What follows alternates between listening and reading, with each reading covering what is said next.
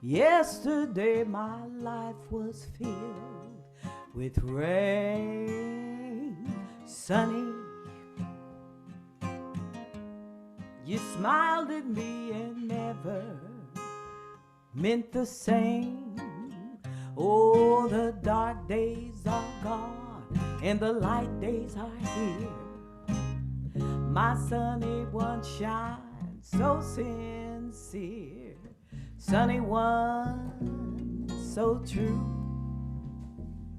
I love you.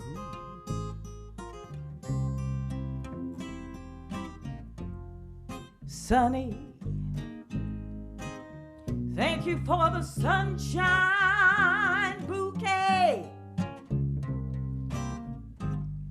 Sunny, thank you for the love you brought my way.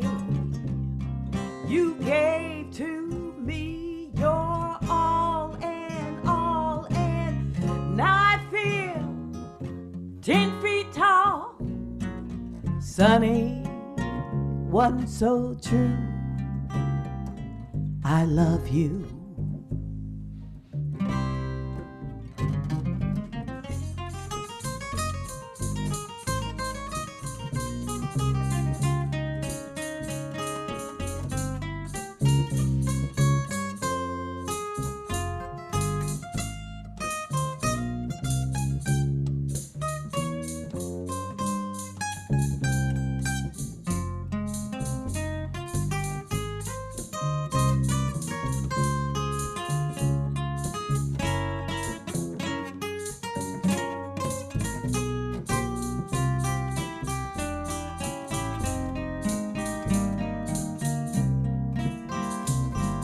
Sunny,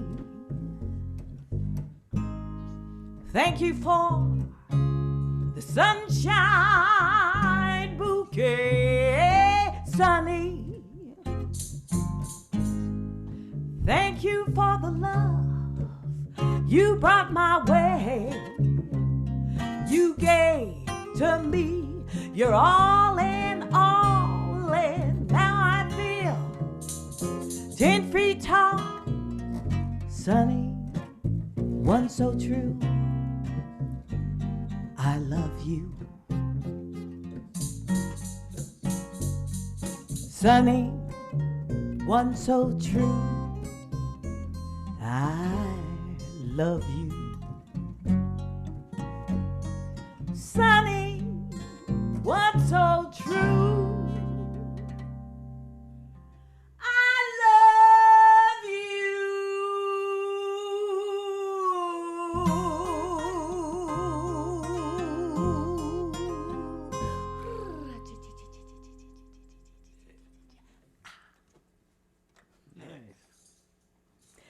Moving right along, the next part of our program is a song that I loved to do when I lived in Paris. I did it frequently, and I'm still doing it. The name of the song is entitled Street of Dreams. And oh my God, do I love to dream.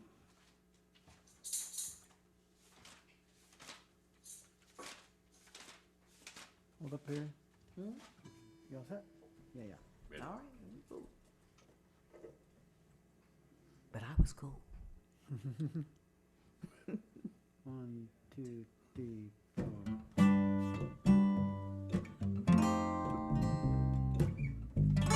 Paris, France, I'll never forget you for giving me this song.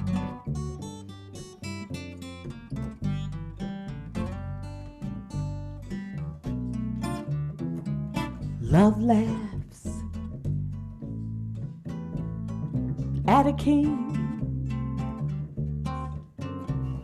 Kings don't mean a thing on the street of dreams. Dreams broken in two can be made like new on the street of dreams. Gold, silver and gold, and all you can hold is in a mood be poor. No one is poor, long as love is sure on the street of dreams. Spripata, prapode, protode.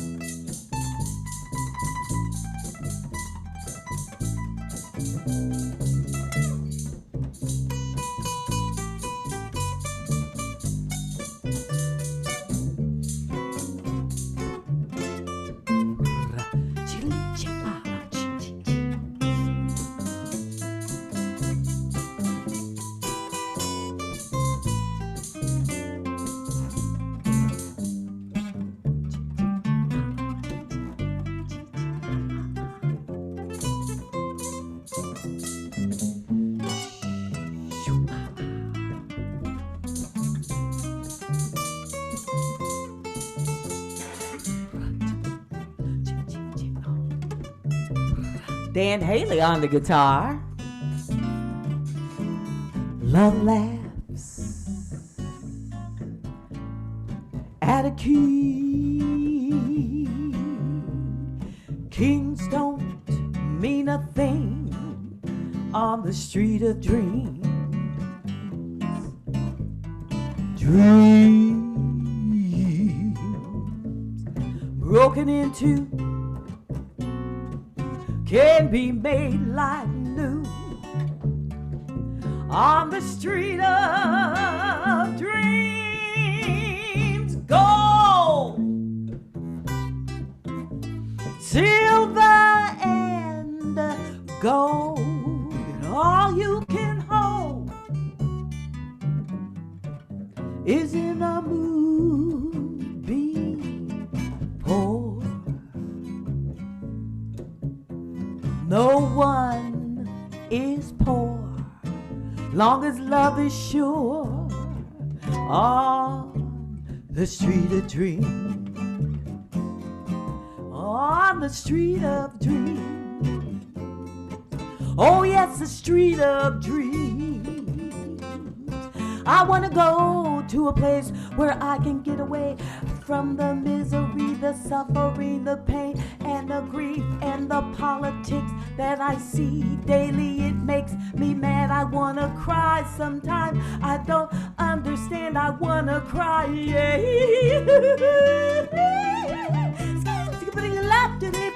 Let's go to the sea. Let's go to the forest. Let's go and get away from the madness that we see. Breathe in the air, breathe out, and listen to the sea as it rushes in. It's rushing. Oh, let me be free. Yeah. I gotta go to a place where I can hear the truth. Step away from the lies and the craziness that I see every day in this country that I live in, that I love. And I've seen more than just one country, so I know what I'm saying.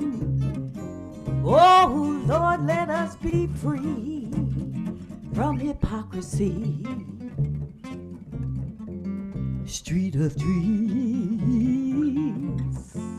Burlito pop, burlito la, burlito pop, pop pop pop pop, burlito la, burlito la,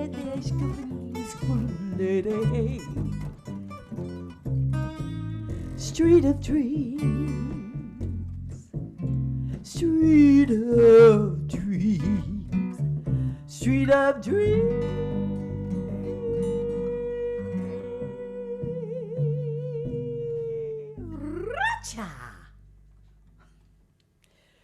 Oh, heavens. The beauty of music, I have to honestly say, it's really all I live for. And I am fortunate to have two people that feel the same way that I met 4 years ago, and that is Tim Acott on bass and also on lyrics. You'll hear one shortly. and Mr. Dan Haley, who is a marvel, who has just the spirit of an angel. But we're going to move on to a song. When I lived in Europe, I traveled all over and performed in Europe. And this song always came up. It's like an old standard. It's written, most people think it was written for The Wizard of Oz. Okay. But it was not written for The Wizard of Oz. E.Y. Harburg and Harold Arlen wrote this song to give hope to the Jews and all the so-called undesirables in Germany. This song was dedicated to them. It was a song of hope. We'd like to give you Somewhere Over the Rainbow. 2, 3, 4.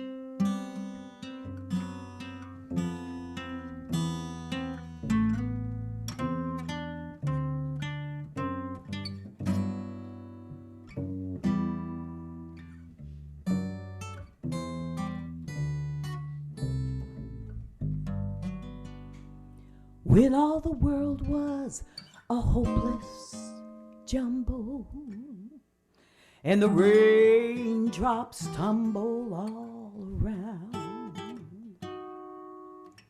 heaven opens her magic lane.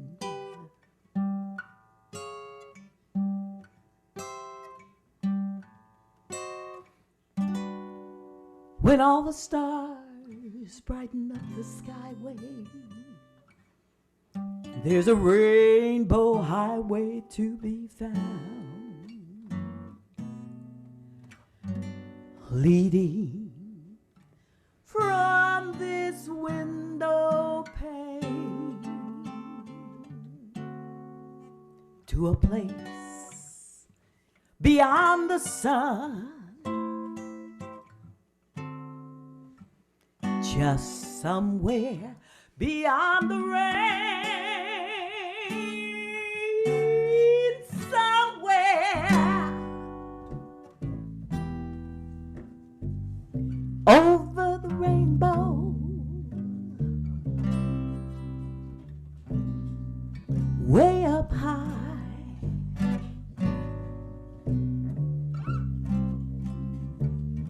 There's a land that I've heard of once in a lullaby.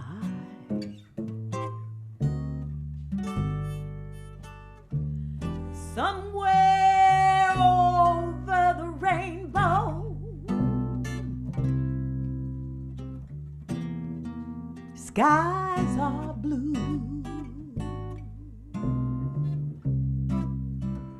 And the dreams that you dare to dream really do come true. Someday I'll wish upon a star and wake up where the clouds are far behind me,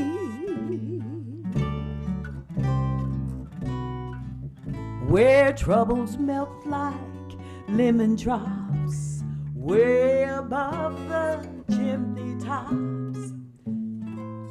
That's where you'll find me, somewhere over the rainbow. Bluebirds fly, birds fly over the rainbow. Why then, why can't I? Mr. Dan Haley.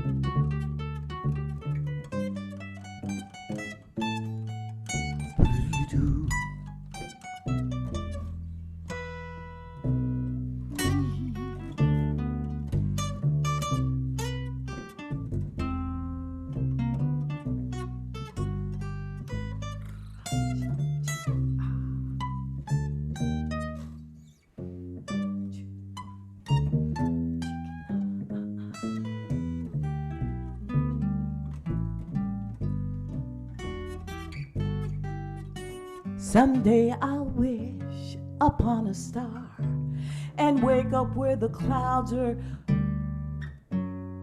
far behind me.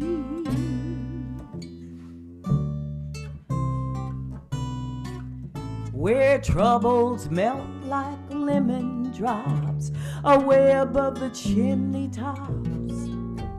That's where you'll find me, somewhere over the rainbow. Bluebirds fly, birds fly over the rainbow. Why then, oh why can't I? If happy little bluebirds fly beyond the rainbow, why? Oh, why can't I?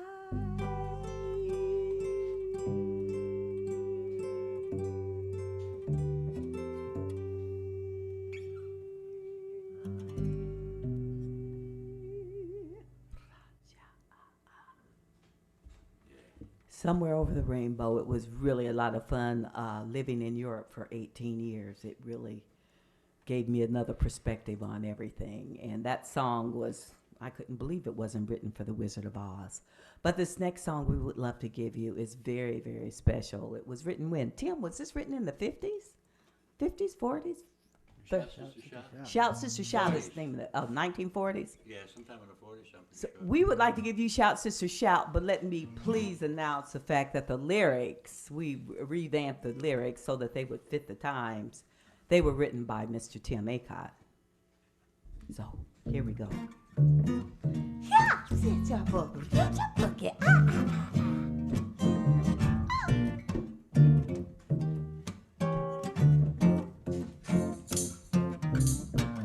Shout, sister, shout.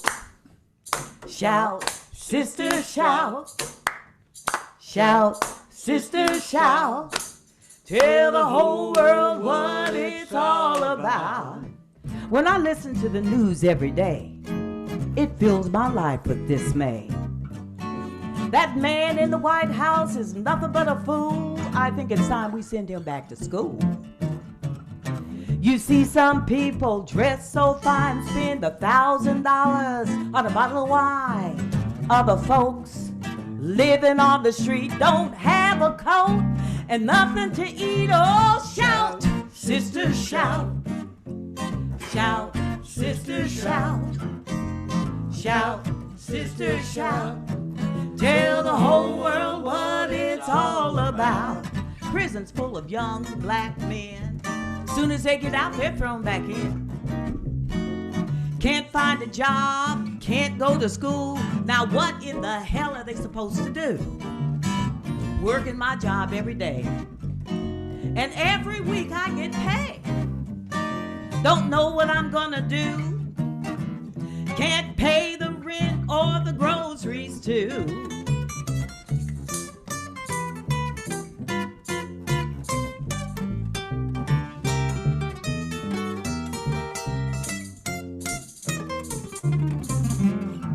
Young people dying by the score, overseas in some dirty war. You wonder what they're fighting for. Some billionaire is making $1 billion more. Shout, sister, shout. Shout, sister, shout. Shout, sister, shout. Tell the whole world what it's all about. Every woman is our sister and each man our brother.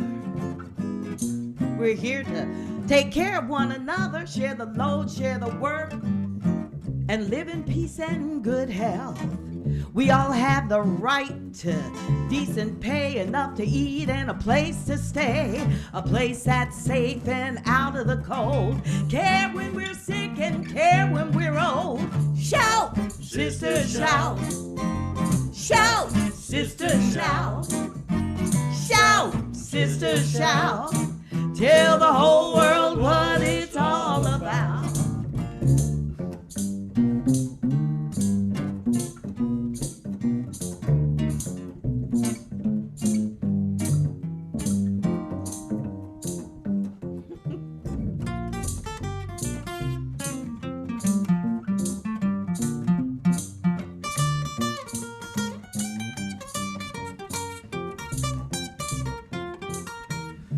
There's plenty of food to feed us all. If we can live together and respect our cause, if we work together and share the load, we can walk together down the freedom road. Shout, sister, shout. Shout, sister, shout. Shout, sister, shout. Tell the whole world what it's all about. Shout, sister, shout. Shout, sister, shout. That's right. Shout, sister, shout. Tell the whole world what it's all about. Bang, bang. Moving right along now. You all let me know how this is playing out, because I'm a little confused. One more song. Thank Okay, you. let's do Blackbird. You got it. Let me put on my capo. So for so many years, while he's putting on his capo, for so many years, I grew up in Denver, Colorado, home of about 3 black people. In the 1950s and 60s anyway, there weren't many of us. And like the station that most of us listened to was KIMN, and they played nothing but the Beatles. And therefore, since they were trying to cram the Beatles down our throat, I decided that I wasn't going to like the Beatles until I went to Europe. And I learned a different perspective, and this song is dedicated to one of the Beatles, Paul McCartney, who wrote it as a result of going to the southern states during the civil rights movement. He couldn't believe what he saw. This song, Blackbird, is dedicated to civil rights in the 1960s.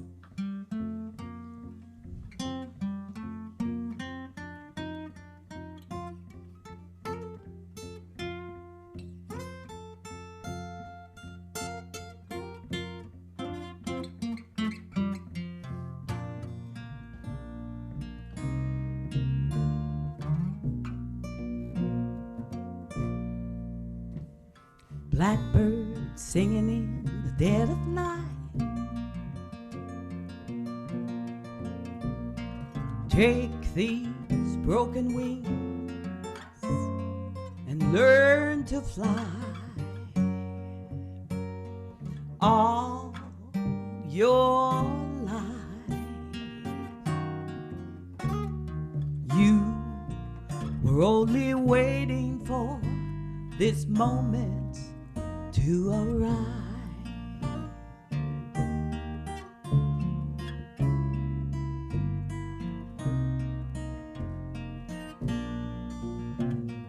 Blackbird singing in the dead of night.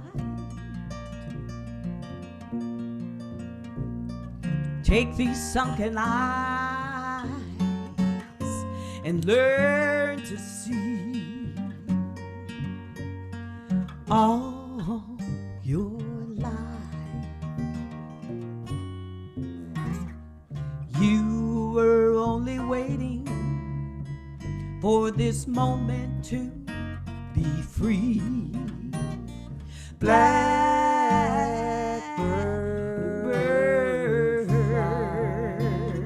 fly.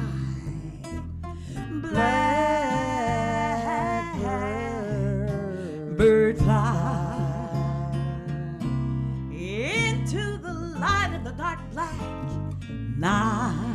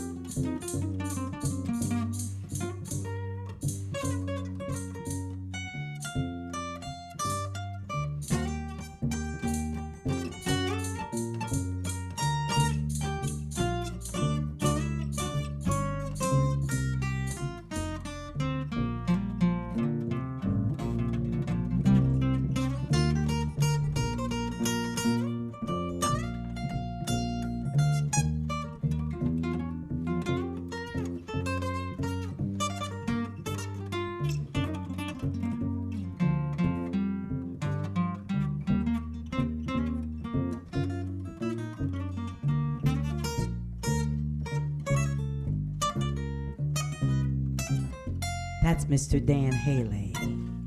Blackbird fly, blackbird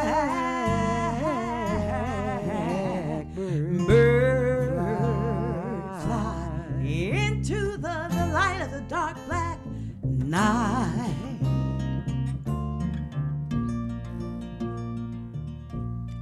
Blackbird singing in the dead of night. Take these broken wings and learn to fly all your life. You were only waiting for this moment to arrive. You were only waiting for this moment to arrive. Blackbird for this moment to arrive. Blackbird to be free.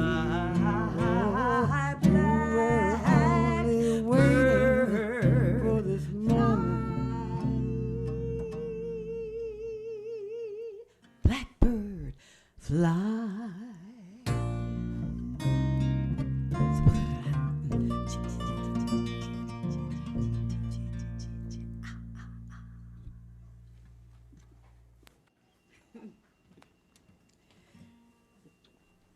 Wow. Now, I'll tell you what, how amazing. The Annette Lowman Trio. Outstanding. Smooth, golden, and in the pocket. Wow. Take a bow, lady and gentlemen. What a great job. Welcome to the Do Good Multnomah Veterans Day Gala.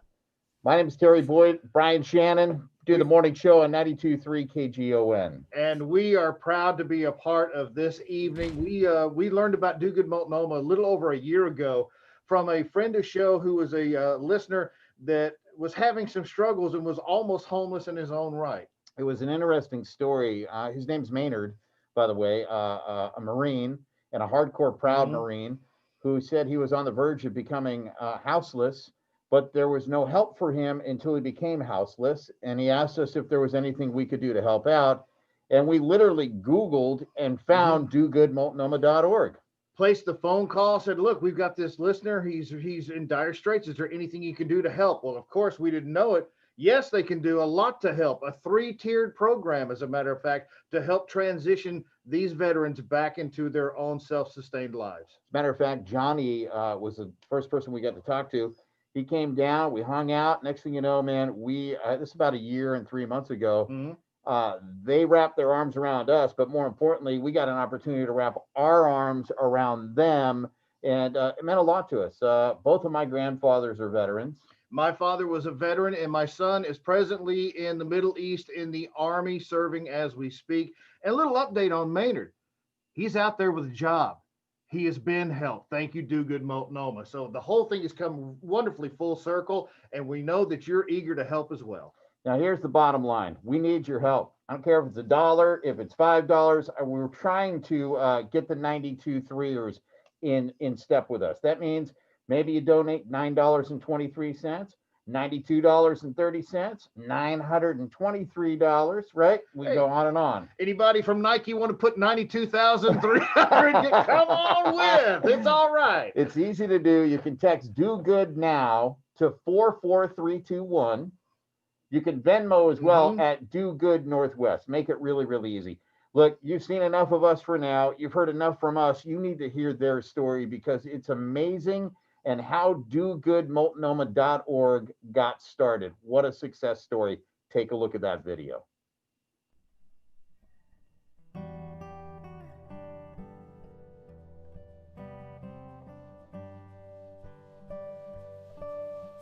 I worked for 3 nonprofits prior to starting Do Good, and everywhere I went, they were doing great work, and I got a very good education, very good experience on how to serve individuals experiencing homelessness. But at each stop along the way, it seemed like there were certain populations of people that it was easier to screen out as opposed to screen in. And veterans were one of those. Either you had to be a veteran with an honorable discharge, or you had to be a veteran that had X amount of years of service, or you had to be a veteran in this bracket of area median income, or something along the ways. And if you didn't meet that criteria, you didn't screen in. So being a veteran myself, I said I'd love to start something where right off the bat, if you are a veteran, you are eligible for this program, regardless of your discharge type, regardless of active duty, reserve, National Guard, regardless of anything. I remember in 2015, leaving the nonprofit that I was currently working for, and starting Do Good with some other veterans that were excited about serving veterans. I remember making phone calls and having conversations with people both in the city and the county.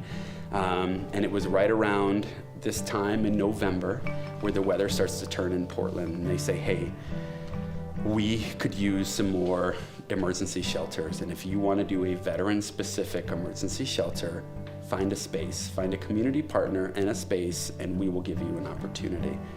Well, I start to knock on doors of local churches because I'm like, churches in the area, you need the building one day a week. I could use it all the other days, and it's so much space, so let's do this. And I probably spoke to half a dozen to maybe a dozen churches that first year. And everybody that I spoke to thought it was a fantastic idea. The idea of getting individuals off the street and into a warm, safe place was something on the forefront of everybody's mind. Let's do this. However, they weren't interested in doing it at their location. In fact, almost every single conversation I had, it was better fit on the other side of the river, and it didn't matter which side of the river I was on.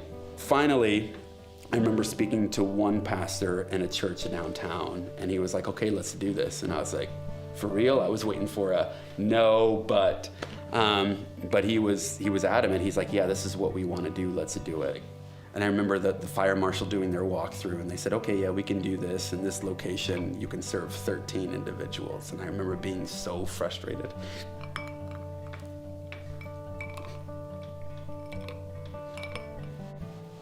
I remember being extremely frustrated because 13 veterans felt like such a small little blip, because any given night there are literally hundreds of veterans that are houseless, that are homeless, sleeping on the streets in Portland, and 13, does that even make a difference? But I took it and I ran with it.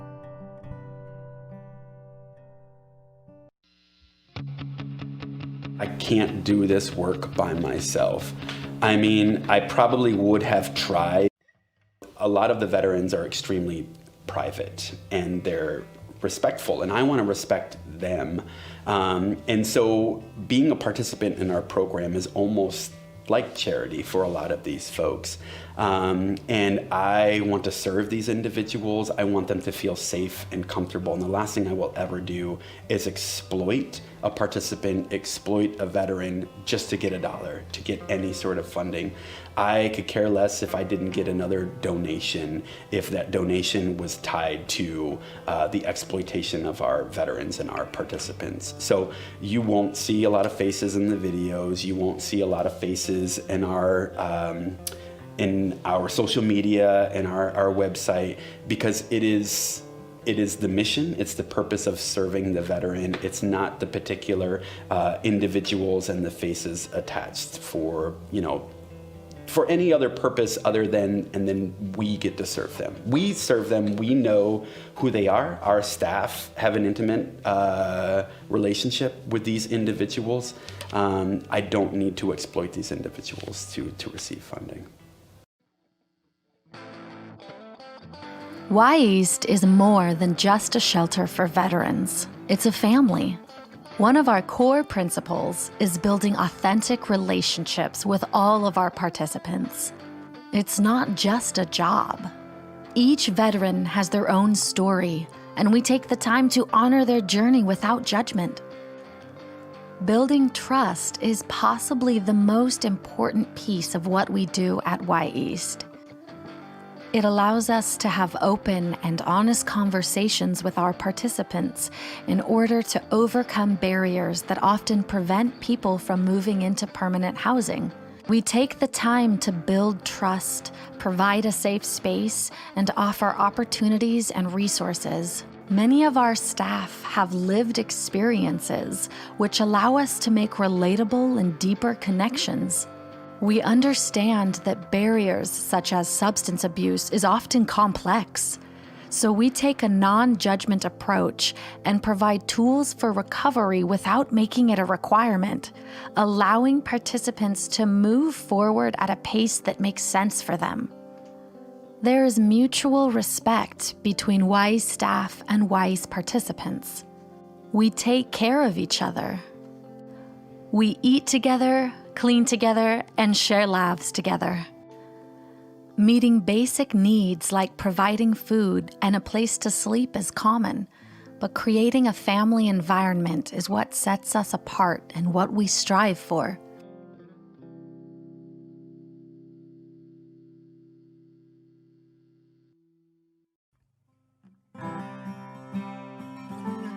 The Veterans Village has a relaxed campground feel to it. You can generally walk into the community and instantly feel at ease. It's a welcoming and safe place, safe in every aspect, and that is our goal here for the village. The Vet Village is a transitional housing community. Our veterans here have 2 years to work on themselves and overcome any barriers they may be facing with the support of do-good staff. Our veterans have a space to call their own. They have a door that locks, an address for mail, simple things that many of us take for granted. Providing this security can help ease villagers back into a society they have oftentimes been on the outskirts of. All of our veterans have experienced some form of trauma in their lives. Many times, trauma is layered and compounded, and it is our job to meet them wherever they may be in their lives. Our approach focuses particularly on listening, creating trust, and seeking to understand the beliefs and motivations for actions. This keeps us from adding to the trauma our veterans have experienced and empowers them to lead in how they want to tell their story. At the village, our veterans can experience peace. They signed up to fight for our country, and then they had to fight on the streets. Now it's time for them to take a break, and it's our turn to pick up the fight.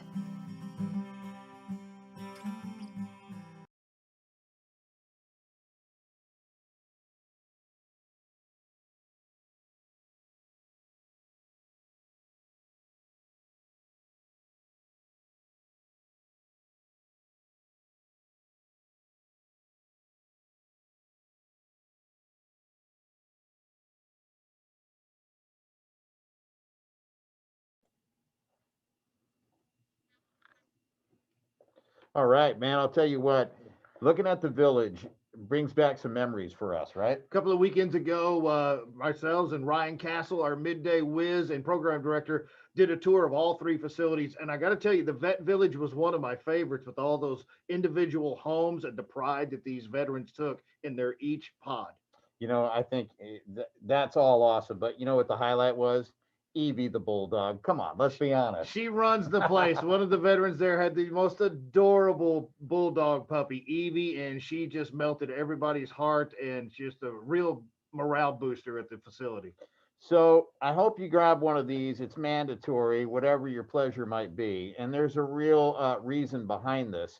Because if you have one of these, it makes it very easy for us to make the $1 into a $10 and the $10 into $100. And you see how that works. It's a Friday, it's a house party. So yes, here's how you can help out. please. Because we really need to keep these guys going, keep them growing. I mean, the fact that they've gone from 13 beds to 416, 417, almost covering the 422 veterans here in the greater Portland metro area that are going houseless on any given evening. And you know how cold it was a couple of nights ago. And they are looking to reach outside of the Portland area. 1,300 veterans on any given night in the state of Oregon are houseless. So they want to reach out and help them as well. Remember, it's whatever you can give. You don't have to be a big baller. If you've got an extra $20, $25, $30, they can make it work. They can stretch it, and you can help a lot of veterans. Easy to do. You can text Do Good Now to 44321. That's text Do Good Now 44321. And Venmo at Do Good NW, Do Good Northwest, Do Good NW for Venmo payments. Now, if you're really good about the donations, and I can't see the tote board, but I understand it's good enough that we can get you some more groove going right now. And I'll tell you what, the groove that the Annette Lowman Trio is throwing down. Now, let me just tell you, that version of Blackbird. Oh, killer. Wow, man. One of the hardest songs in music to play. Anyone who's picked up a guitar ever and thought, oh, I'm going to play the Beatles, Blackbird. Yeah. Start with I Want to Hold Your Hand. Trust me. Work your way up a little bit. That is phenomenal. And by the way, since you guys have been so generous, one more time, Do Good Now. Text your donations to 44321. And Venmo at Do Good NW, Do Good Northwest. How about some more music from the Annette Lowman Trio?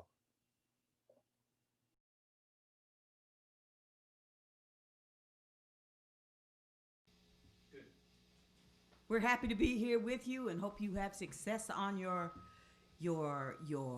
quest for help the veterans. We'd like to give you a song of hope entitled Blowing in the Wind.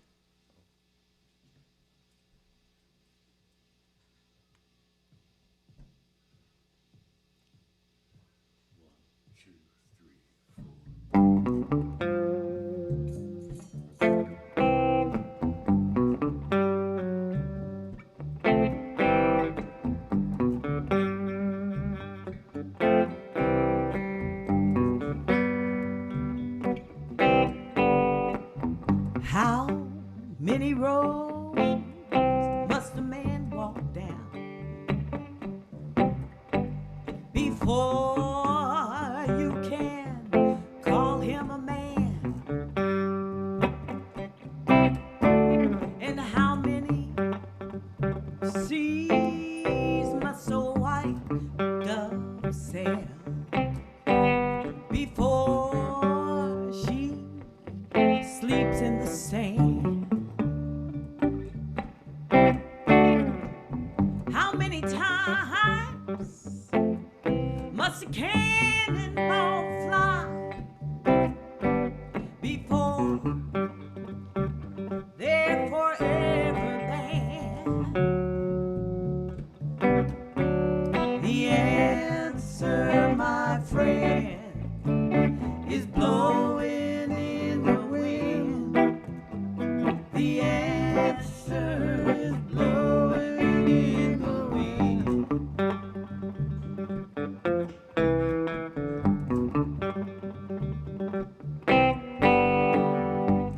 How many years must a mountain exist before it is washed to the sea?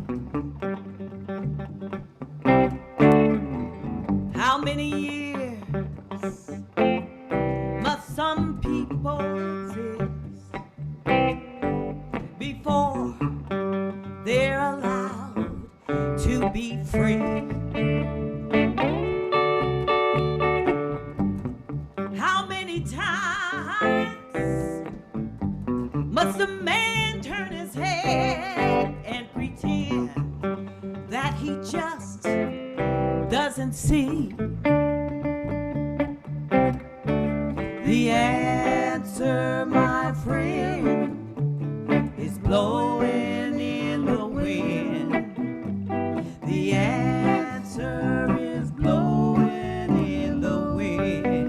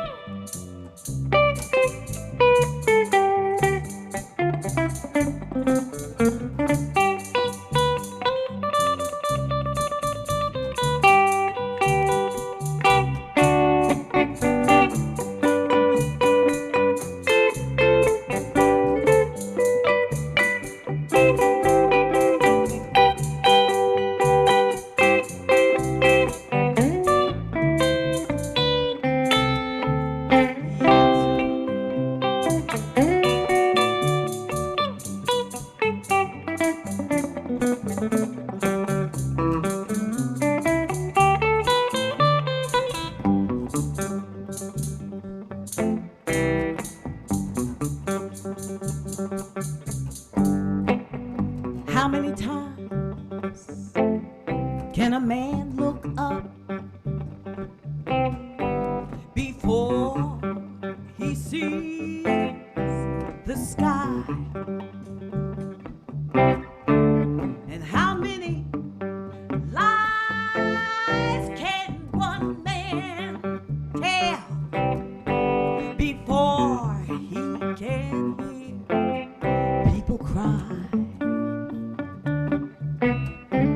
And how many deaths will it take till he knows that too many people have died? The answer, my friend, is blowing in the wind. The answer is blowing in the wind.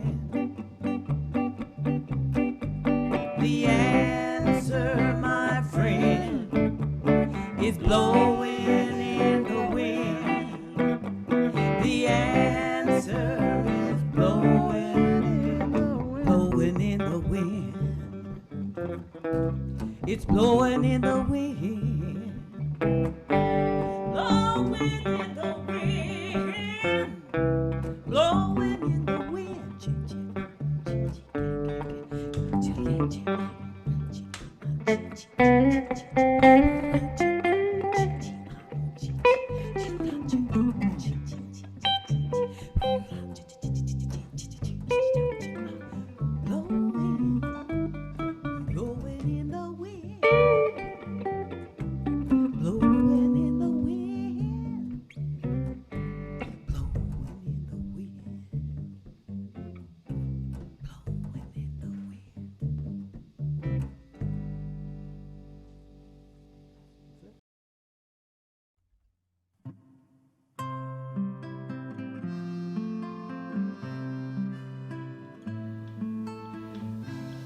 I remember getting the green light and saying, okay, we're going to open up on November 11th on Veterans Day in 2015, and I am going to do the outreach. And I had 3 other individuals. I was the only full-time permanent person. I worked 4 nights a week, and I had 3 other individuals that had full-time jobs that worked 1 night on. So 3 part-time and 1 full-time. And we went that first week before we opened. We went through the streets, through other community partners, and we said, hey, this is going to be a veterans shelter. For male identifying, bring your dogs, your pets, everybody's welcome. And by the end of that week, we were full. And then by the end of the following week, we had a wait list that was almost double to what the shelter's capacity was. So I remember being extremely nervous to hire another full-time individual because I had no idea if we were going to be a nonprofit that next year. This was a seasonal thing, this was for the winter. But because we ended up being so popular, we ended up being the spot where veterans wanted to be because there were veterans there that were working there, that understood what they were going through, that was going to support them, treat them like a human being regardless. We didn't have any hoops to jump through. Our one and only rule was to be a good community member, and that was it. If you can come in, be a good community member, and we can help you get to that next stage in your life, you got a spot for as long as you need it. So because we were growing in popularity, the city took note and they said, okay, we'd like to fund this program, but we'd like for you to grow in size. A shelter of 13 individuals costs more than what they felt was the benefit for the community. So I was like, okay, here I go again, knocking on doors of other community partners and saying, hey, are you willing to host a shelter? Little did I know that there was a church in Northeast Portland that was actually looking for a community partner that had hosted family shelter in the past, but that program was dwindling and going away. So when I started looking for a new space, they were actually looking for a community partner, and a friend of mine just lined us up and they said, hey, come on in. So the beginning of that next fiscal year, we moved to Rose City Park United Methodist Church, and we were able to then serve 25 veterans that first night. And then it grew to 30, to 35, 40. And then after that, I never wanted to just be relegated to a shelter, an overnight shelter in the basement of a church. If I wanted to really make an impact for veterans experiencing homelessness in Portland, I wanted them to have apartments. I wanted them to have housing. So I started to meet with developers and write grants for permanent supportive housing, and we have been successful. To this day, we have written 3 successful permanent supportive housing grants, and we're not done. We keep writing grants, and we have emergency shelter, we have transitional housing, we have permanent supportive housing. On any given night, we serve over 300 individuals, and I'm excited because this time next year, it'll even be more than that.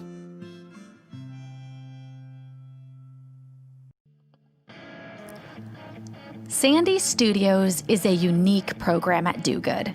It's very low barrier, which means that veterans living here oftentimes don't qualify for housing elsewhere. We may be their last chance at housing. At Do Good, we believe housing is a human right. And whether residents want to use Sandy Studios as a launching pad for permanent housing elsewhere, or see this as their permanent home, we want to provide the security, peace, and dignity they deserve. One of our main goals is to provide a sense of community and support. We have dedicated staff who focus on building relationships and connecting with our residents. They know everyone by name and earnestly work to create that community feel, since many of our veterans don't have any family close by. It's not uncommon to see barbecues and family meals bringing everyone together over some home-cooked food. Empowering veterans to take the autonomy of living in one's own space and choosing how they want to interact with the community is a respect we show them that many have not experienced in a while. They lead, and we provide support when they need it. After months of delays due to COVID-19, Brightung finally opened its doors in late August for its first veteran. We have been working in conjunction with multiple partners over the years to see this project come to fruition. Getting things set up was a full community effort. We had volunteers create welcome baskets, hand-thrown mugs, and help us set up brand new beds for each of the 28 veterans who will be moving into the brand new building. Most of the veterans are moving into Brightung directly from houselessness, so connecting and building trust with our peer support specialist and veteran case managers have been a priority. We want to see every veteran flourish in the way that makes the most sense for each individual. Whether that is connecting them with education opportunities or employment services, or even simply a steady and stable source of food, we will work with and support our veterans every step of the way. Everybody is somebody's somebody, and our goal at Brightung is to connect, build trust, and empower our veterans to tackle any barriers or difficulties they may be facing in their lives with dignity and honor.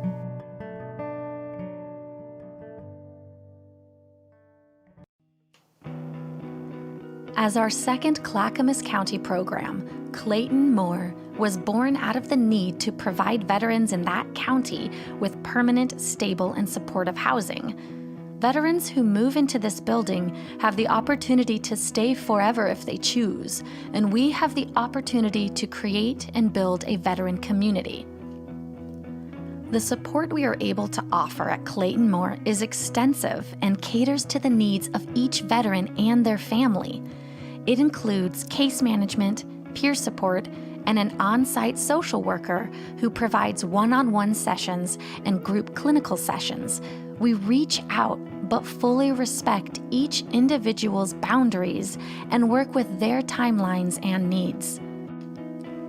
Clayton Moore is our only current program that houses veterans and their families. It has been an amazing growth process that not only allows us to support our veterans, but also their kids with getting connected to school systems and finding jobs and submitting college applications. It has been a rewarding journey to see how support can change the lives of a veteran and their entire family.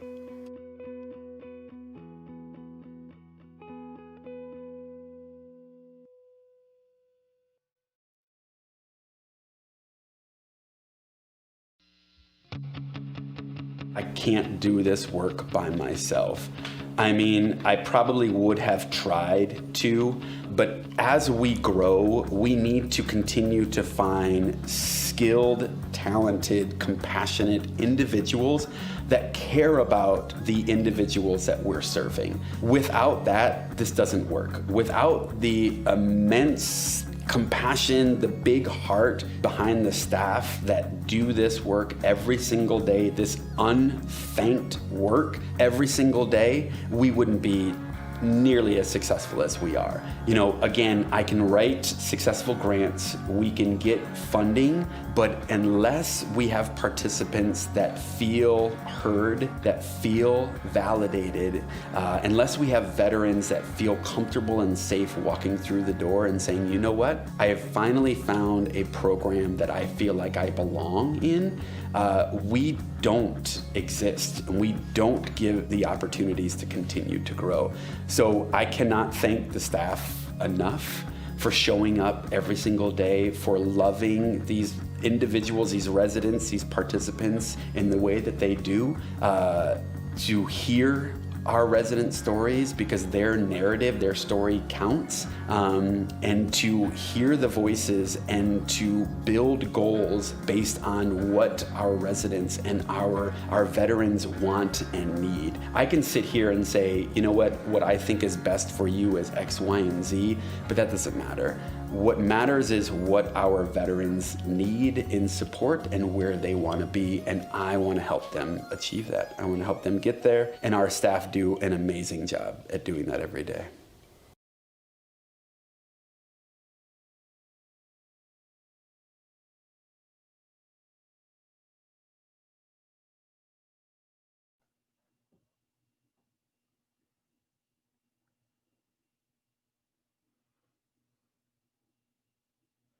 Hey, it's Terry and Brian from 92.3 KGON. Thank you so much for taking the time to join us for the Do Good Multnomah Veterans Day Gala tonight. Great music from the Annette Lowman Trio. They're going to play again for you here in just a few minutes. But we just want to say a little bit more about the great works that's going on at Do Good Multnomah. Let's be honest, man. The founder, Chris Ayusa, took it. Chris A. Chris just took it to homeless, man. In 5 years, what these guys have done at dogoodmultnomah.org is nothing short of phenomenal. And we're just proud to be associated with them. Mm-hmm. And we're really counting on you guys tonight. The Friends of Show, the 92.3ers to step up. Text a donation to Do Good Now at 44321. That's Do Good Now at 44321. Or you can do Venmo payments at Do Good NW, Do Good Northwest, Do Good NW. And Chris, started out with 13 beds in 2015 on Veterans Day, downtown Portland. He had the vision, worked for several nonprofits, but he decided early on, and I think one of the keys to Do Good Multnomah's success is he was determined to build a relationship with these houseless veterans. He wanted to build a camaraderie between themselves and the staff at Do Good Multnomah, because these veterans really kind of only trust the men and women that have walked the same walk they have. They've signed that paper. They've served their country. They understand what they've been through. Here's the deal, man. We're getting some messaging back, that people aren't getting when we're telling you where to text. Let's make it easy. If you just go to KGON.com, there's a link right at the top of our webpage that'll take you to everywhere you need to go, every portal, every way that you can donate. But here's the way you do it by text. Do Good Now, text Do Good Now to 44321. And Venmo again at Do Good NW, just like the Northwest, at Do Good NW. Now, Brian, do I have this right? Mm-hmm. If we get to a certain point tonight, yeah, the Annette Lowman Trio is going to make a run at one of these three songs. Run to the Hills by Iron Maiden. That'll be interesting. Rush, Tom Sawyer. Uh-huh.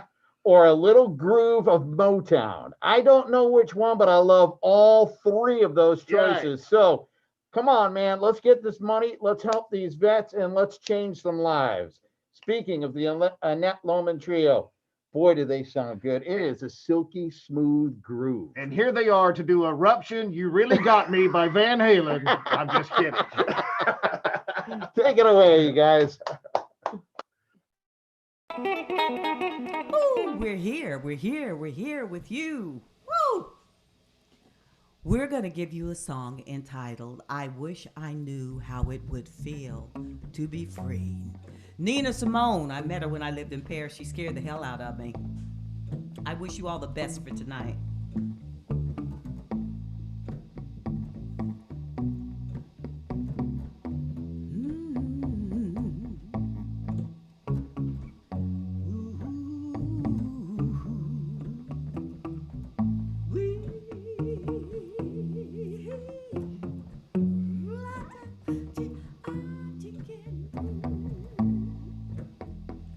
I wish I knew how it would feel to be free.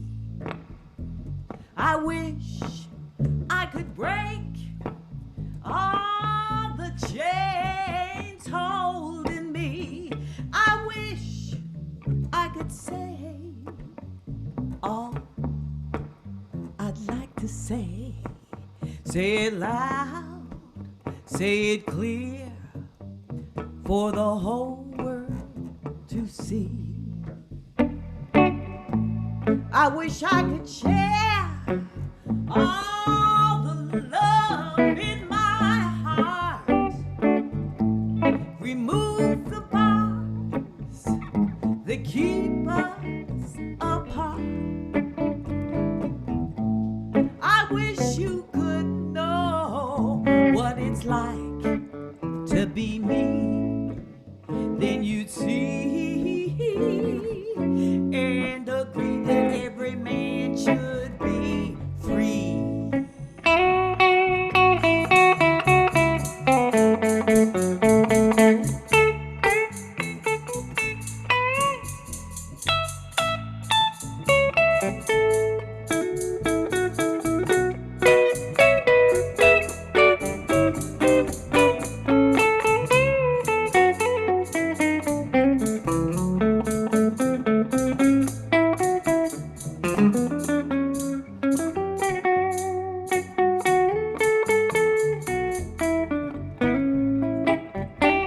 I wish I could give all I'm longing to give. I wish I could live like I'm longing to live. I wish I could do all the things that I can do. And though I'm way overdue, I'd be staring anew. Really wish I knew. Wish I knew. Really wish I knew. Wish I knew. Well, you gotta give me, yes, you do. Wish I knew. Lord, you gotta be free, find that housing, Lord, and try and find a way in this madness that we're living in right now. It's driving me crazy. What are we gonna do? Oh, yes, we're all paying dues. Yeah. Oh, well, I wanna wish those dues. Oh, well, I really wish I knew. I wish you knew. I wish I could all understand what it's like. Oh, Lord, I really wish I knew. Wish I knew.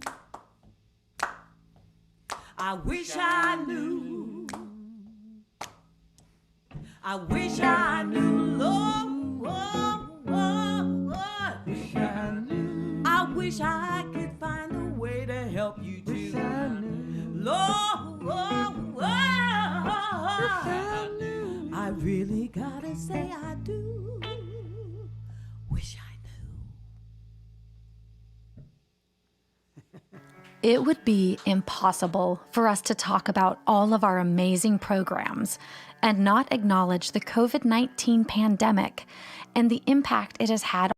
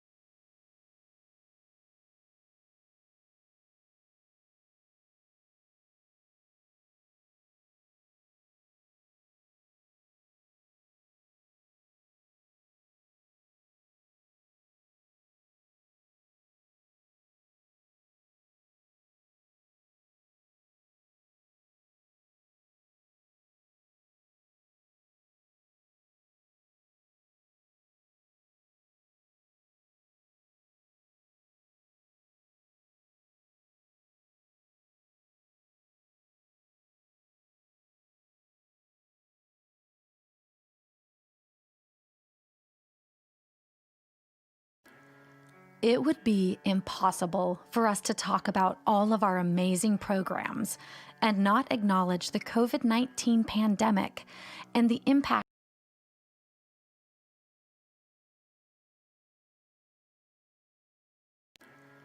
It would be impossible for us to talk about all of our amazing programs and not acknowledge the COVID-19 pandemic and the impact it has had on all of us, especially the houseless population. In March, Do-Good took on another shelter as an emergency response to the COVID-19 pandemic.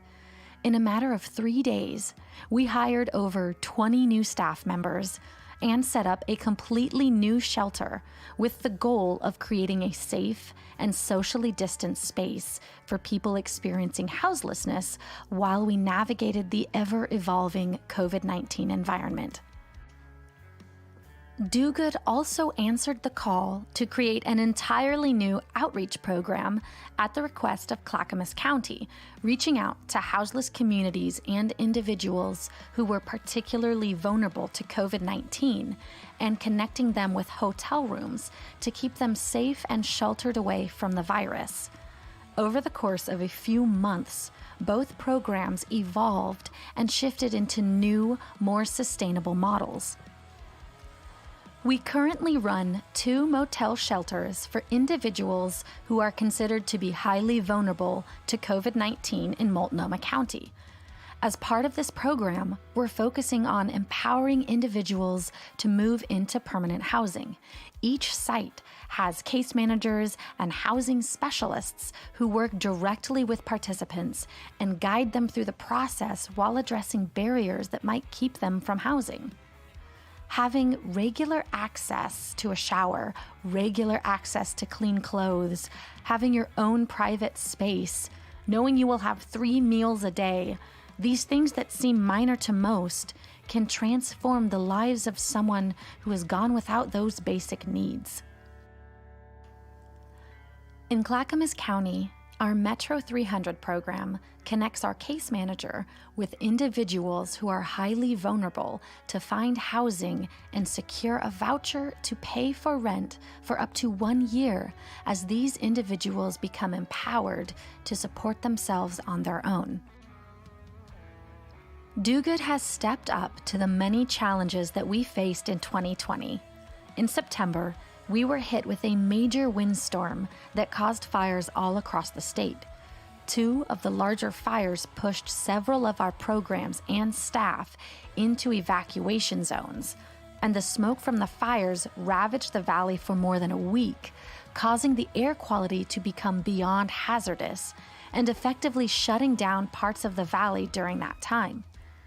Do-Good responded by reopening the Charles Jordan Shelter to provide a place for people evacuating to escape the smoke and poor air quality. After the smoke left, we worked with the county to keep Charles Jordan open and transition it directly into our current winter shelter location. We do not know what the future holds as we move through the end of 2020 and into 2021. But we feel confident and a little proud that Do-Good was able to adapt quickly and respond to the call for help for so many who have really needed it during this year of many trials. Do-Good remains steadfast in our mission to serve and support the houseless community.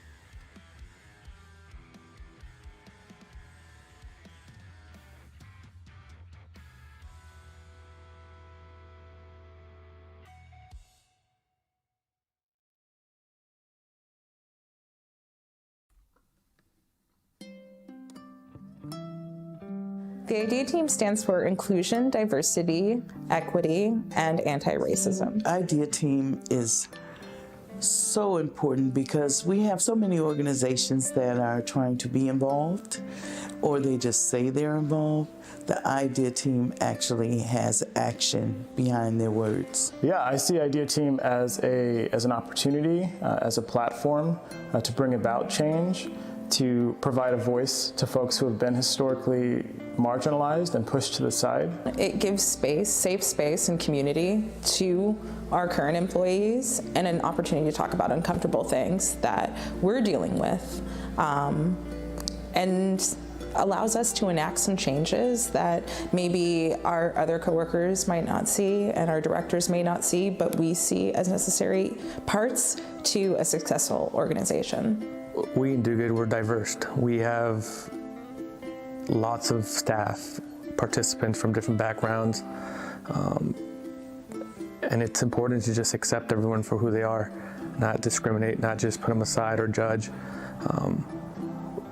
We pride ourselves in being different from every other organization, so it's important to really show it and stand for it.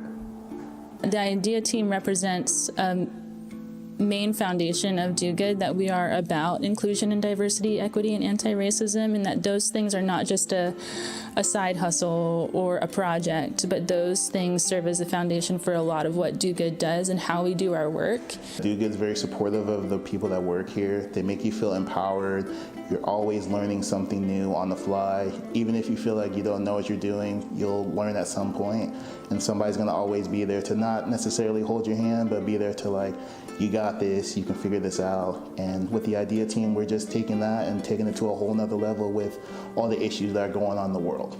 I think the IDEA team is really critical right now, especially, and it lends a voice to people who may have felt voiceless in the past. So many times I've been told you just don't say nothing. You just don't get involved. But you know what?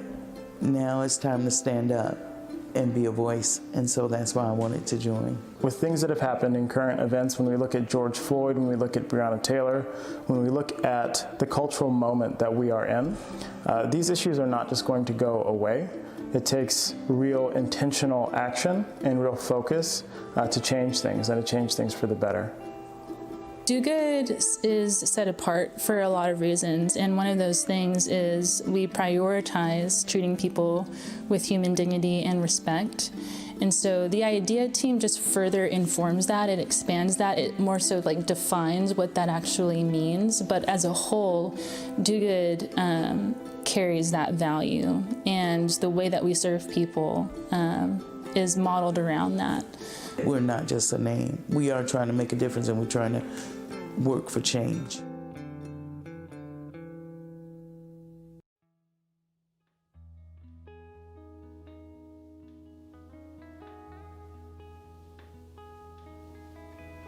I think I have a hard time trying to instill in other individuals why this is important.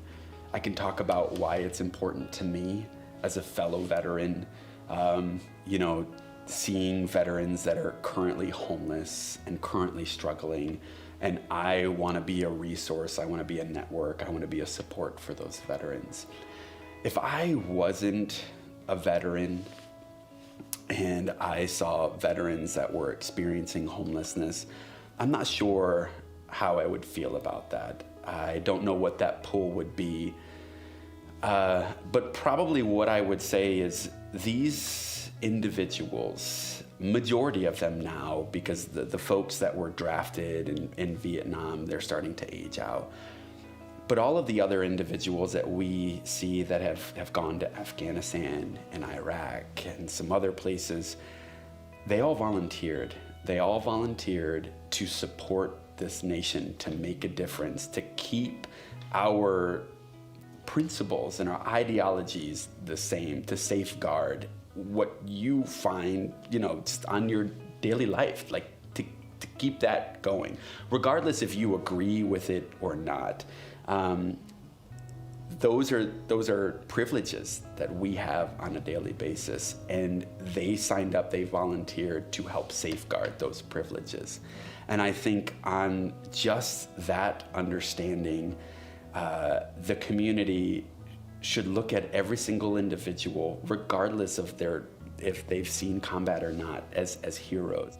Every single veteran's story that comes in is different, is unique. Mm-hmm. This is why I'm mad.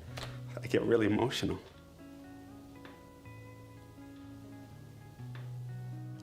The amount of veterans that are getting out of active duty without any support,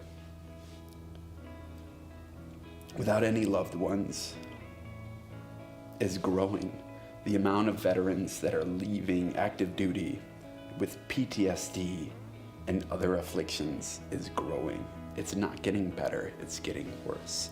So the amount of veterans, young veterans, that are leaving combat zones and that don't want to burden their family, that would rather live on the streets, is growing.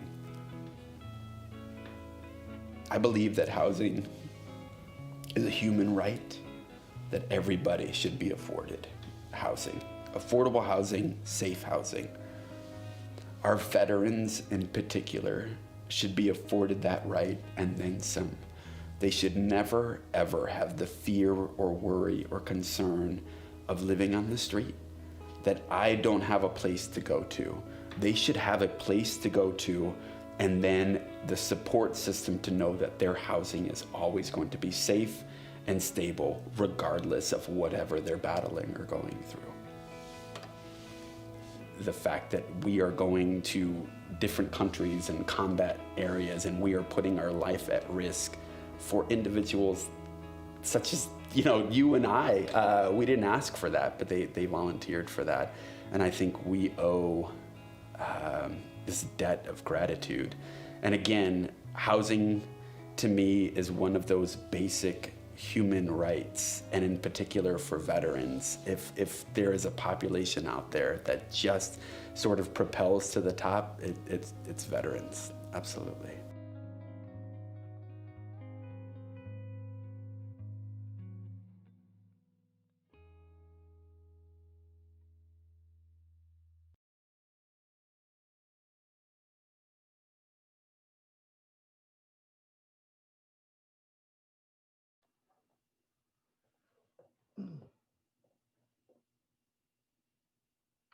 All right, so there you go, man. We're starting to get close to winding down. The Annette Lowman Trio is going to be playing some more music for you here in a minute.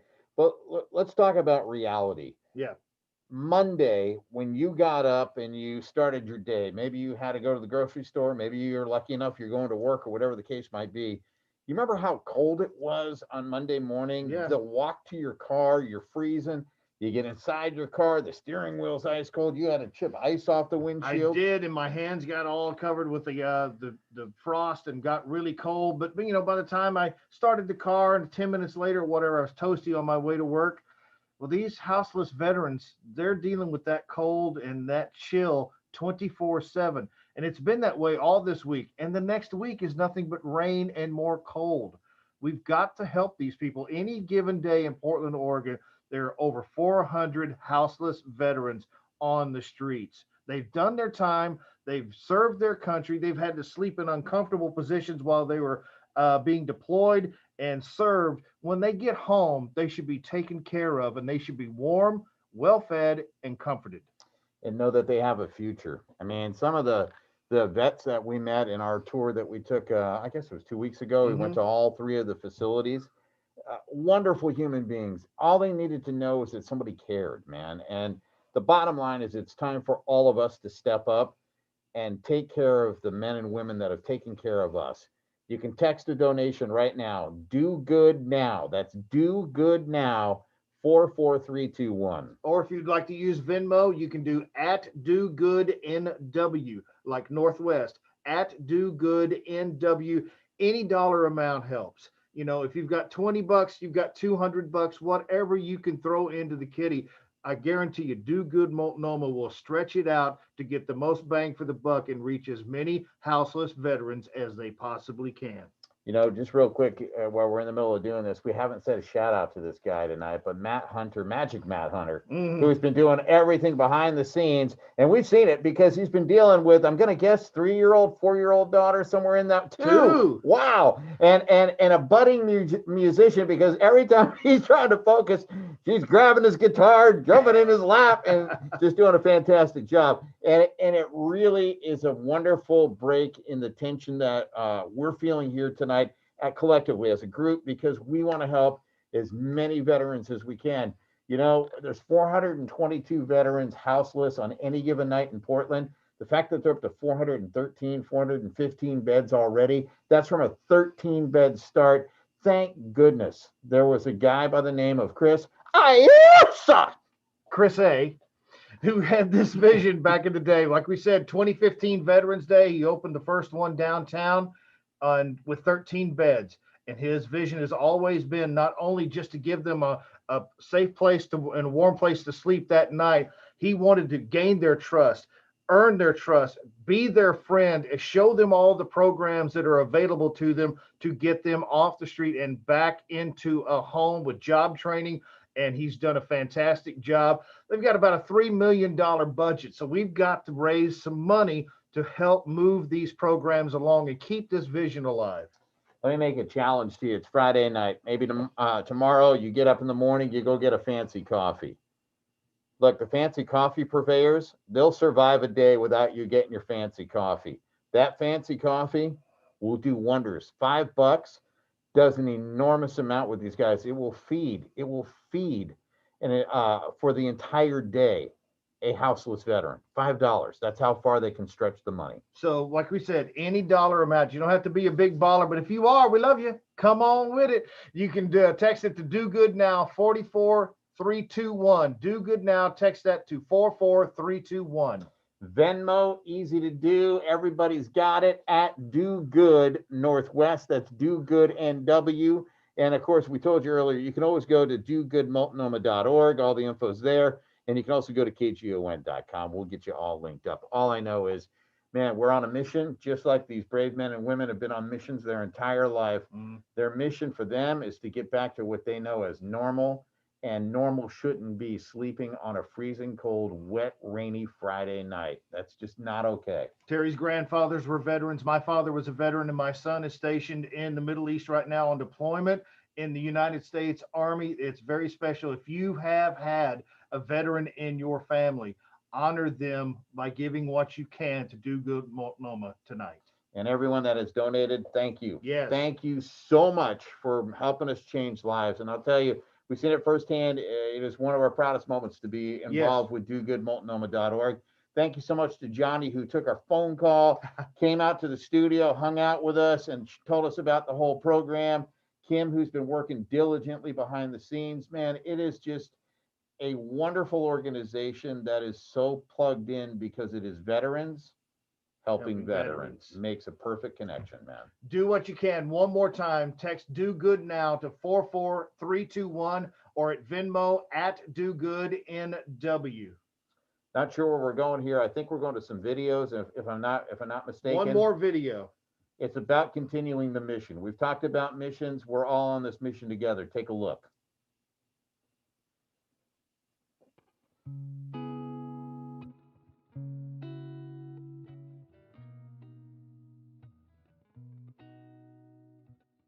On any given night, there's about 450 to 470 homeless veterans. And when people ask me the question, when are you going to stop growing? When is enough enough? And enough will be enough when every single veteran has an opportunity to either come into a shelter, transitional housing, or my hope to permanent supportive housing, where every single veteran is handed a key to their own place where they can call it home and they can stay as long as they need it, as long as they want it, that it is their permanent dwelling, it's their apartment, it's their home. I'm always excited to see what this next year is going to bring. So while I like to celebrate what we've done, I'm always more excited to do the work, to see what's ahead of us. I don't want to celebrate too much because there are a lot of veterans that are still homeless, that still need that support. By this time next year, we'll be opening up 2 more permanent supportive housing projects for veterans. And again, it goes back to the development of those projects and then the intentionality that once we open that up and veterans move in, that we're able to have the support services to make sure that they retain their housing. I would absolutely love every single veteran to have an opportunity to move into housing and feel supported with that housing. So we have a lot of work. I keep saying that I will stop pushing ahead once every single veteran has an opportunity to move into housing. So as long as there are veterans still out on the streets that still are houseless, that are still looking for support, we're gonna keep pushing forward. I can write grants. I can write successful grants. There is money out there for development. In fact, our community, both in Portland Metro and the surrounding counties, have identified the need for permanent, supportive, for affordable housing for individuals that have been previously homeless or at risk of homelessness. The amount of affordable housing in our area is absolutely minuscule. It is dwindling by the day. So with Portland Housing Bureau, their bond, and the Metro bond, there are hundreds of millions of dollars out there for development, which is extremely important.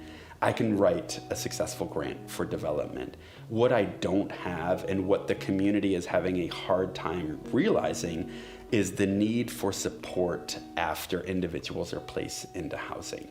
We can place them into housing, and then it's the property management company that's basically doing all the legwork, unless we have support in the way of case management, in the way of peer support, in the way of social workers, to make sure that veterans are building community and able to retain their housing, to engage with one another and to engage with the community at large. And that's, if I had $1 million, I would staff every single building, every single permanent supportive housing building to a ratio where every single veteran at any given time had a support, had a champion. And maybe they're going through something, PTSD or another mental health affliction or a physical affliction or addiction issues. But to say that there is somebody there that is a champion for them, that supports them to help them maintain their housing, is extremely important.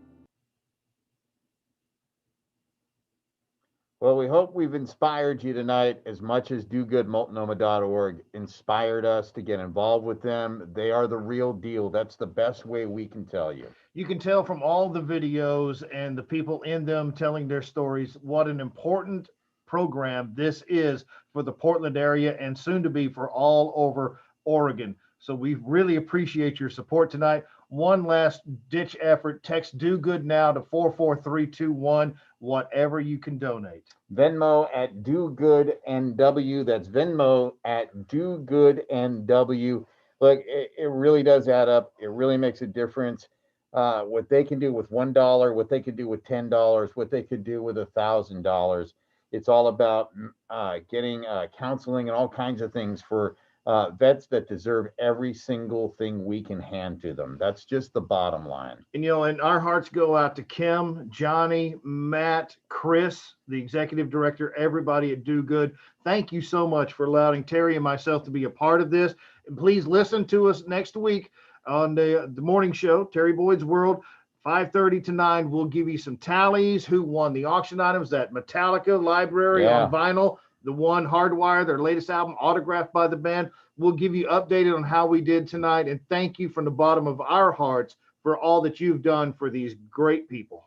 And how about a gigantic thank you to the Annette Lowman Trio. There's a whole backstory here that we don't need to jump into right now, but let it just be said, a band was coming down the street and we needed a band and they were ready to go. And I'll tell you what, they have it going on. And I will tell you, unbelievable the job they're doing tonight. So thank you, Annette Lowman Trio. Everybody, have a great night.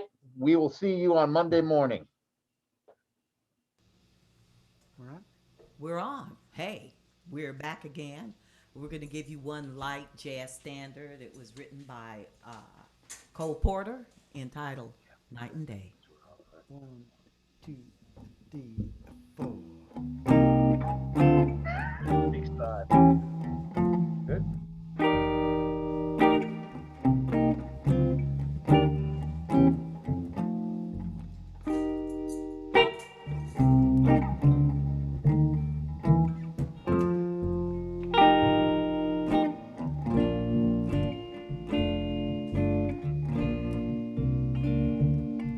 Night and day,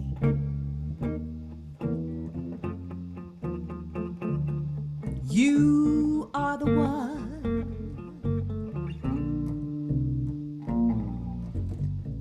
Only you beneath the moon and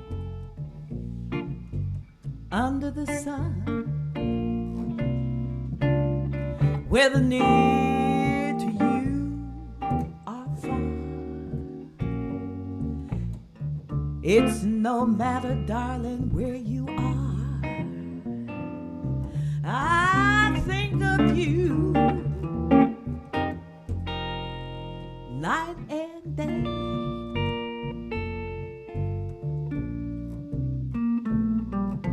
Day and night, why is it so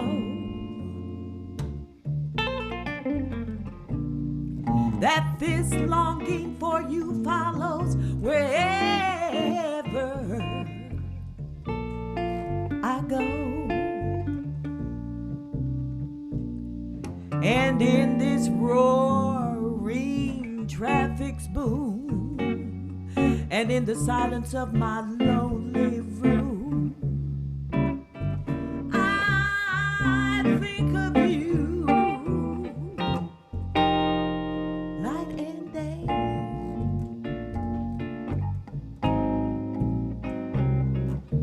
Day and night, why is it so that this longing for you follows wherever I go? And in the roaring traffic's boom,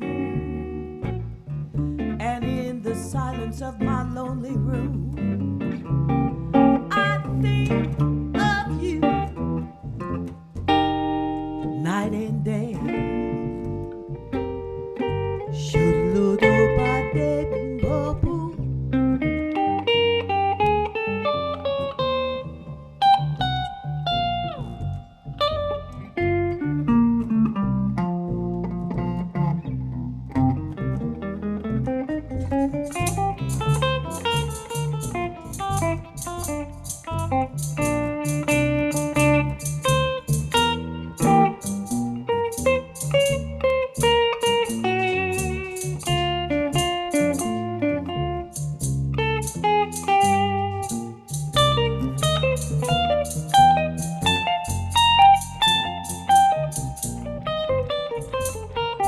That's Dan Haley.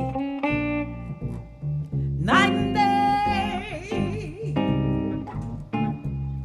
under the hide of me, there is no such a hunger, yearning, burning inside of me.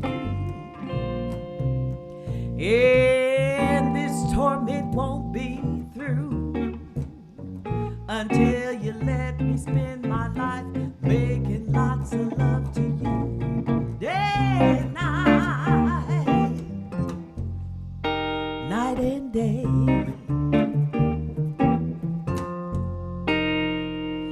Day and night, night and day.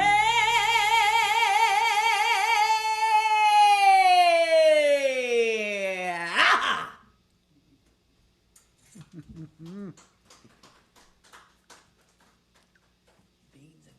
Beans and cornbread. I'm going to go acoustic for this one. The next song is just truly a riot. And back in the days when they had house parties and people would go to people's homes to eat and the musicians would play and they would raise money. This is one of those songs that came out of New Orleans. Louis Jordan did this one.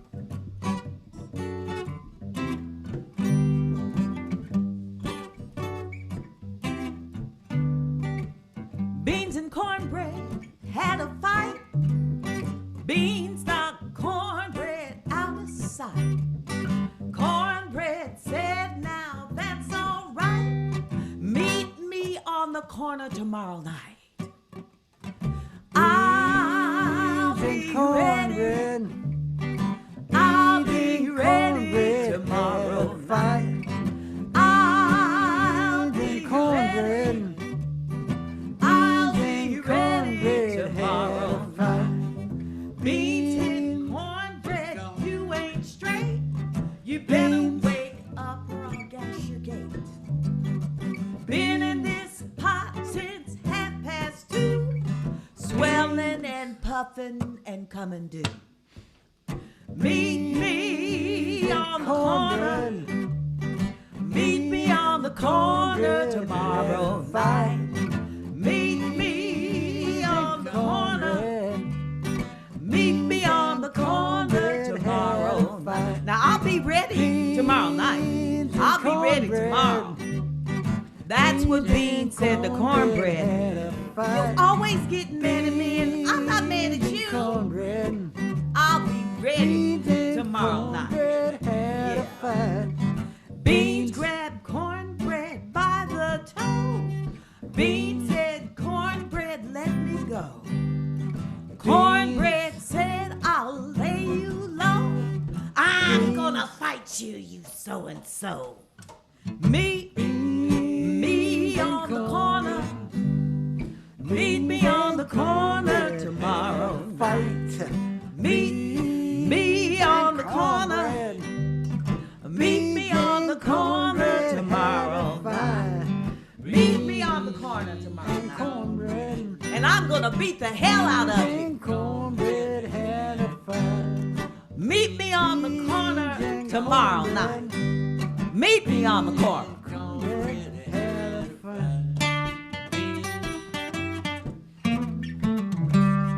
Bean, bean, bean, beans and cornbread. Beans and cornbread and it's fried. Beans and cornbread. Beans and cornbread and it's fried. Beans hit cornbread on the head. Cornbread said, I'm almost dead. Bean said, cornbread, get up, man. You know that we go hand in hand. Beans and cornbread. Beans and cornbread hand in hand. Beans and cornbread. Beans and cornbread hand in hand. Now that's what Bean said to cornbread. We should stick together hand in hand. We should get up every morning and hang out like sisters and brothers. Hallelujah. Like Saturday night, we should hang out like chitlins and potato salad. Delicious. Oh, like strawberries and shortcake. Yeah, that's right. No, like corned beef and cabbage. Ooh, What about like liver and onions? well, let's rethink it. Can we negotiate? Like red beans and rice. Hand. Like bread and butter. Like pot cakes and molasses. Yeah. Oh, Beans geez. and cornbread hand. Beans, no cornbread. It makes no difference what you think about me, but it makes a whole lot of difference what I think about you. Wait for it. Beans, This time. beans and cornbread, they go hand in hand.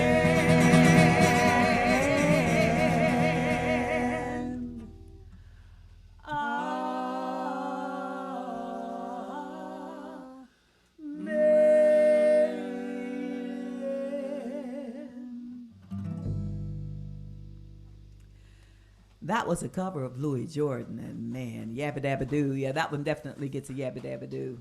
It's really a pleasure to work with Dan and Tim because for the first time in my life, I'm working with musicians who sing background vocals, which was a bit of a novelty for me when I first met them. But the next song I'd like to do for you is very special to my heart. I spent 12 years in Paris, France. My French really sucks, but my feeling is intact. Everything else is intact. Jacques Prévert wrote this song. Tango. And the French lyric. Johnny Mercer wrote the American lyrics.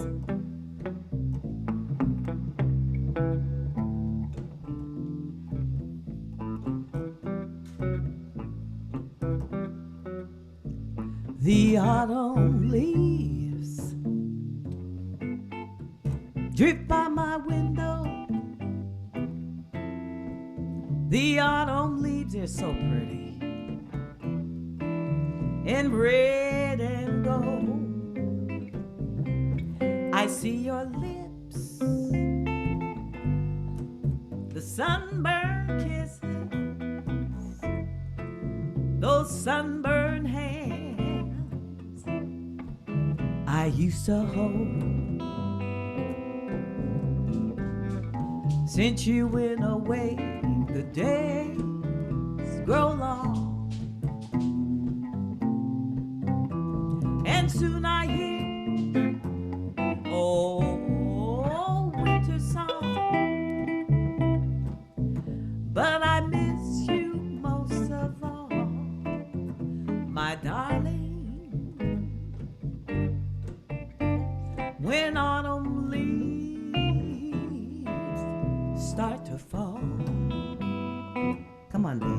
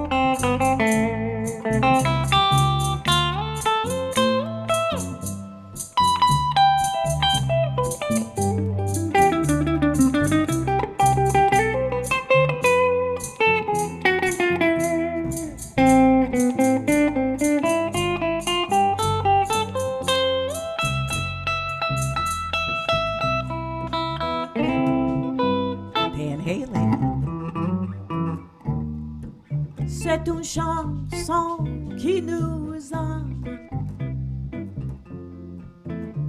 Moi qui t'aimais, toi qui m'aimais, et nous vivions tous deux ensemble. Moi qui t'aimais, toi qui m'aimais.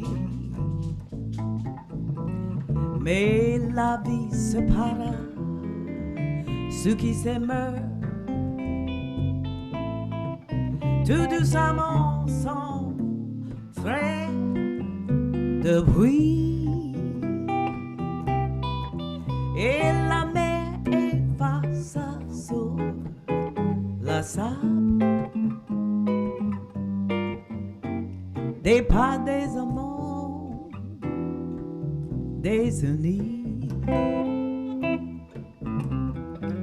des pas des amants désunis. When autumn leaves start to fall.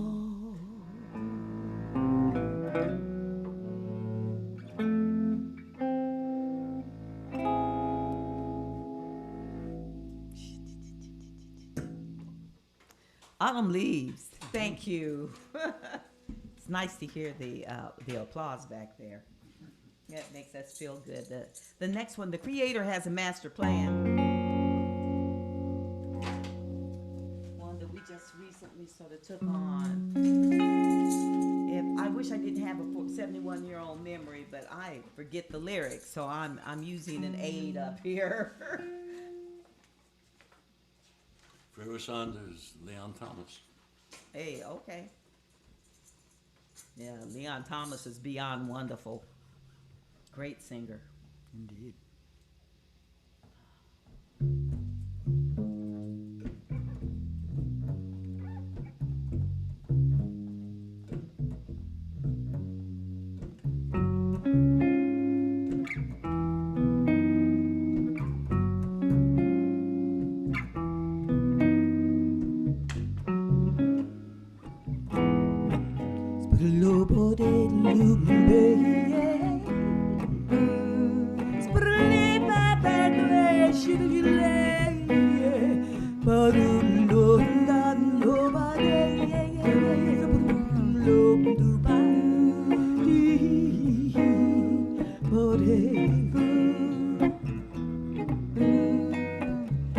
The Creator has a master plan, peace and happiness for every man.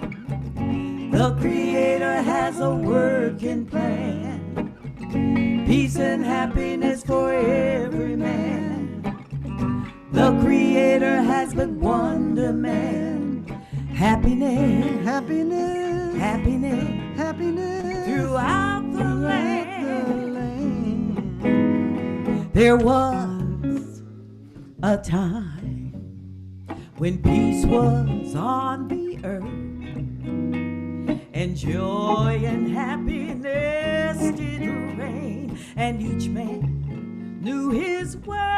In my heart, how I yearn for that spirit's return. And I cry as time flies. The Creator has a master plan, peace and happiness for every man. The Creator has a working plan, peace and happiness for every man. The Creator makes but one demand: happiness, happiness, happiness throughout the land, throughout.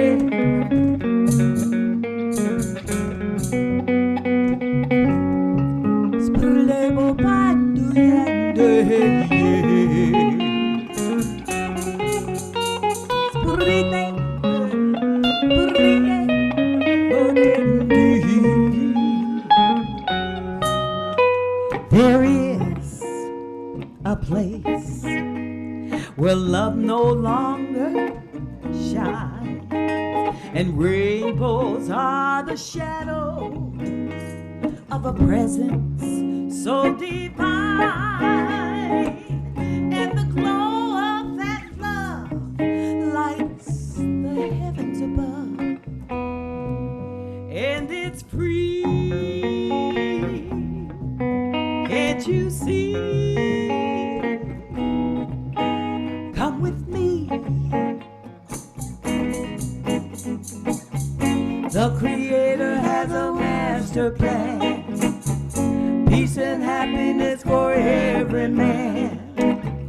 The Creator has a working plan, peace and happiness for every man. The Creator makes but one demand: happiness, happiness throughout the land.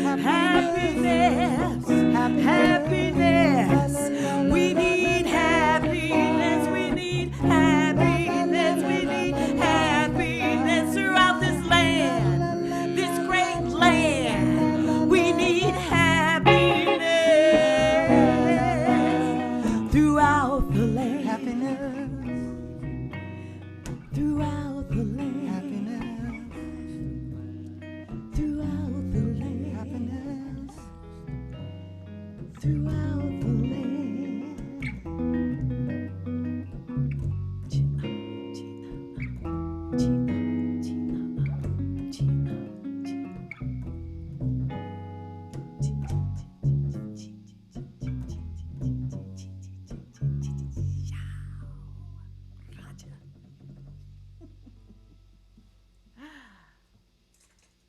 The Creator has a master plan. I don't either. Is there? So you all let us know. we're you know, I don't see anyone out there, so I'm figuring you're out there, and we want to do a song for you. This next song is so precious to my heart. When I was younger, considerably younger, we used to all watch All in the Family, and then needless to say, Norman Lear came up with the black version of Archie and gave us George, last name. George Jefferson. So this song is basically dedicated to people who are struggling. They've worked hard, but they've managed to inch through it. Well, we're moving on up to the east side, to a deluxe apartment in the sky. Well, we're moving on up to the east side. We finally got a piece of the pie. Fish don't burn in the kitchen and beans don't burn on the grill. Took a whole lot of trying just to get up to that hill. Now we're up in the big leagues, taking our turn at bat. As long as we live, it's you and me, baby. There ain't nothing wrong with that. Now we're moving on up to the east side, to a deluxe apartment in the sky. Now we're moving on up to the east side. We finally got a piece. We finally got a piece. We finally got a piece of the pie.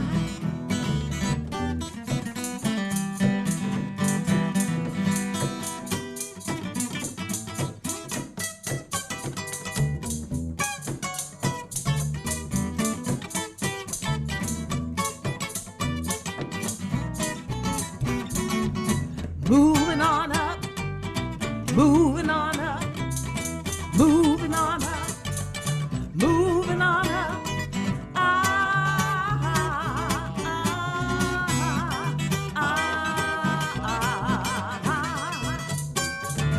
Fish don't burn in the kitchen and beans don't burn on the grill.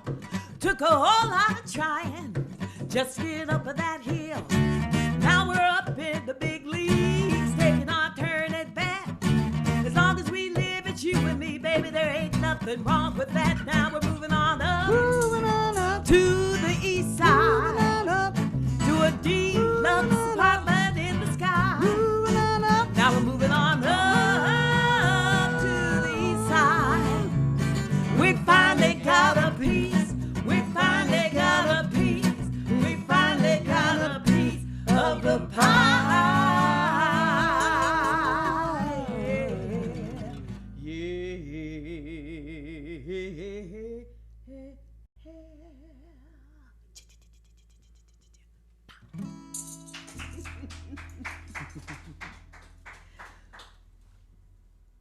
Okay, we're listening. Okay. Hold on. Well, okay.